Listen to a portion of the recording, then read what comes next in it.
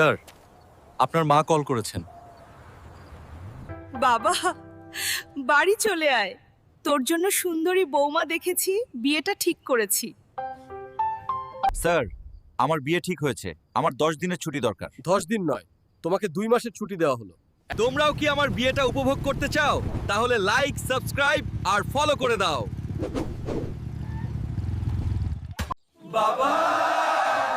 এসেছিস? তোর জন্য টুকটুকে বউ দেখেছি। এবার খুশি তো? আয় রে আয় বর রাজা আয়, মায়ের দোয়ায় সাজে আজ ঘরটাই।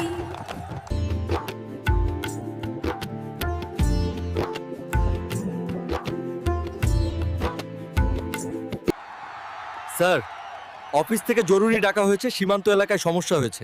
বাবা, এই অবস্থায় কিভাবে যাবি? আজ তোর বিয়ে। মা, আমার বিয়ে অপেক্ষা করতে পারে, কিন্তু আমার দেশ না। যে নিজের সুখ ত্যাগ করে দেশের জন্য দাঁড়ায়, সে শুধু সৈনিক না, সে একজন নায়ক।